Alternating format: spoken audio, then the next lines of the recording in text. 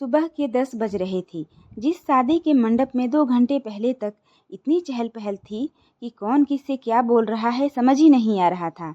जैसे कोई कह रहा था सारा सामान रखवा दिया, विदाई में और कितनी देर है। वो बारातियों के लंच पैकेट्स रखवा दिए ना, देख लेना लंच पैकेट्स कम नहीं होने चाहिए, ज़्यादा ही रखवाना। दीर्घा की सासू माँ का सूटकेस दामाद जी की कार में रखना है, एक बार चेक जरूर कर लेना। किसी ने कहा, हाँ सब सामान बस में रखवा दिया है, दीर्घा का और उसकी सासू माँ का सामान कार में रखवा दिया है, बस विदाई की रस्में शुरू करो। दीर्घा के ससुर जी नाराज हो रहे हैं, कह रहे हैं विदाई में इतनी देर क्यों हो रही है, बहुत लंबा सफ़र है, ग्वालियर पहुंचने में रात हो जाएगी, बोलो जल्दी करें। तभी बुआ जी की आवाज़ आई, लो दीर्घा, और दामाद जी बाहर आ गए। दीर्घा दामाद रोहित शर्मा के गठबंधन के साथ बाहर आई। माँ सरिता और छोटी बहन दिव्या दीर्घा को पकड़कर बहुत रो रहे थे। पिता नारायण दुबे अपनी आंसू छुपाने की कोशिश कर रहे थे। भैया अनुज शायद बाहर बारातियों के टीका करने और उपहार देने में व्यस्त थे। भाभी अनीता सूपे में चावल और दरवाजे में हाथों की छाप के लिए रोली हल्दी के लिए दीर्घा के बगल में ही थी।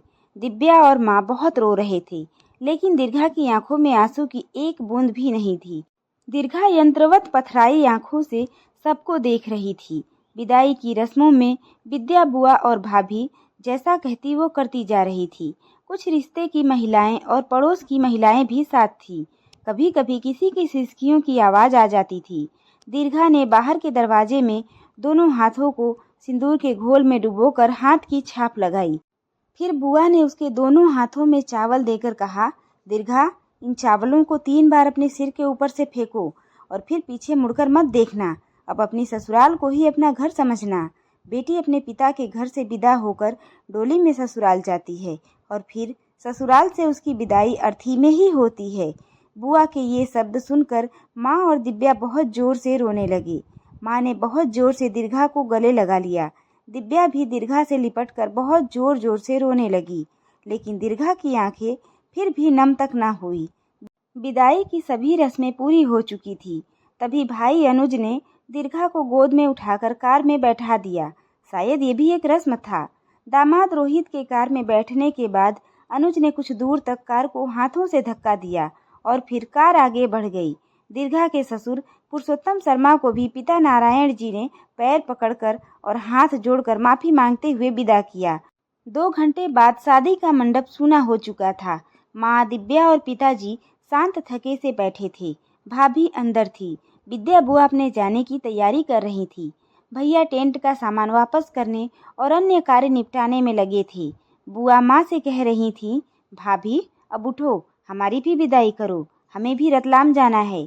टैक्सी से ही जा रहे हैं, क्योंकि ट्रेन का रिजर्वेशन तो आते समय भी नहीं मिल पाया था। कुछ नया तो नहीं हुआ, हम भी तो इसी तरह विदा होकर गए थे। अब और कितना रोओगी, अब आगे के काम देखो। अभी एक बेटी की शादी और भी तो करनी है, उसके लिए भी थोड़े आंसू बचा कर रखो।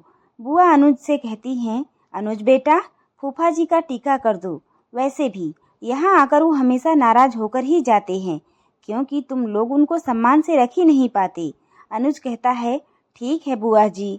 भैया नारायण हाथ जोड़ते हुए, दीदी जीजा जी हमसे जो गलतियाँ हो गई हों उन्हें आप दोनों हमें छोटा समझकर क्षमा कर दीजिएगा। आपके सहयोग और आशीर्वाद के लिए बहुत बहुत धन्यवाद। दिव्या माँ के इशारे पर बुआ और फूफा जी के लिए रास्ते के खाने के लिए खाना पैक करके ले आई। थोड़ी देर पहले ही तो बुआ फूफा जी ने नाश्ता किया था। अनुज ने बुआ और फूफा जी के जाने के लिए टैक्सी बुला ली थी। बुआ और फूफा जी भी विदा लेकर चले गए। पिता नारायण माँ सरिता से, सरिता मुझे एक बात बहुत अजीब लग रही है। दीर्घा ठीक तो है, उसकी आंखों में एक भी आंसू नहीं आए। कोई तो बात है। छोटी से छोटी बातों पर रोने वाली बेटी आज बिल्कुल नहीं रोई। तुमसे कुछ बताया क्या? क्या हुआ उसे? क्या वो इस शादी से खुश नहीं थी? क्या कभी कुछ ऐसा हुआ? मुझसे तो वो कभी ज़्यादा बात नहीं करती थी। तुमसे या दिव्या से कुछ बताया हो तो मुझे बताओ, मैं बहुत परेशान हूँ उसके लिए। ऐसी कौन सी बात है जिसे मन में छुपाकर हमारी बेटी हमसे विदा हो गई? नारायण बहुत जोर जोर से रोने लगे। सरिता अपनी साड़ी के पल्लू से आंसू पोंछते हुए बस इतना ही कह पाई, नहीं जी, उसने मुझसे कभी कुछ नहीं बताया। शादी के लिए उससे पूछने के बाद ही आपसे हाँ कहने को कहा था मैंने। फिर सरिता भी ज़ोर ज़ोर से सिसकने लगी। नारायण, दिव्या बेटा, तुम बताओ क्या हुआ? तुम तो उसके साथ ही रहती थी। तुमसे तो कुछ बताया होगा दीर्घा ने। दिव्या, नहीं पापा, मुझे भी दीदी ने कुछ नहीं बताया। हाँ, मैंने महसूस किया कुछ महीनों से दीदी बहुत उदास और परेशान रहती थी। शादी के लिए भी दीदी ने तुरंत हाँ कर दी थी। मैंने उसके मन की बात जानने की बहुत कोशिश की थी, लेकिन वो बस यही कहती थी कि माँ पापा ने मेरे हित में सोचकर ही सही निर्णय लिया होगा। मुझे और कुछ ना तो जानना है और ना ही माँ पापा से कुछ पूछना है। मुझे माँ पापा पर पूरा विश्वास है। वो जो कर रहे हैं मेरे लिए अच्छा ही कर रहे हैं।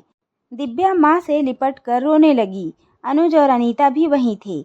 अनुज ने आगे बढ़कर पिता के कंधे पर हाथ रखते हुए कहा, पापा जी, आप बेकार में परेशान हो रहे हैं। शायद शादी की भीड़ भाड़ और 2-3 रात ना सोने हम सबको छोड़कर जाने के दुख से दीर्घा परेशान थी। अनीता ने कहा, पापा जी, हमारी दीर्घा दीदी बहुत समझदार हैं। धीरे धीरे सब ठीक हो जाएगा। जब दीर्घा दीदी गृहस्थी के भंवर में एक बार उलझ जाएंगी और अपनी जिम्मेदारियों को निभाने में व्यस्त हो जाएंगी तो सब सामान्य हो जाएगा। चलिए, आप सभी खाना खाकर आराम कीजिए। सभी एक साथ घर के अंदर चले गए। सभी अपने परेशान मन को समझाने की कोशिश कर रहे थे। आशा करती हूँ दोस्तों, आज की कहानी आप लोगों को ज़रूर पसंद आई होगी। अपनी राय कमेंट में ज़रूर बताएं। कहानी अच्छी लगी हो तो वीडियो को लाइक करें, शेयर करें और चैनल को सब्सक्राइब करें।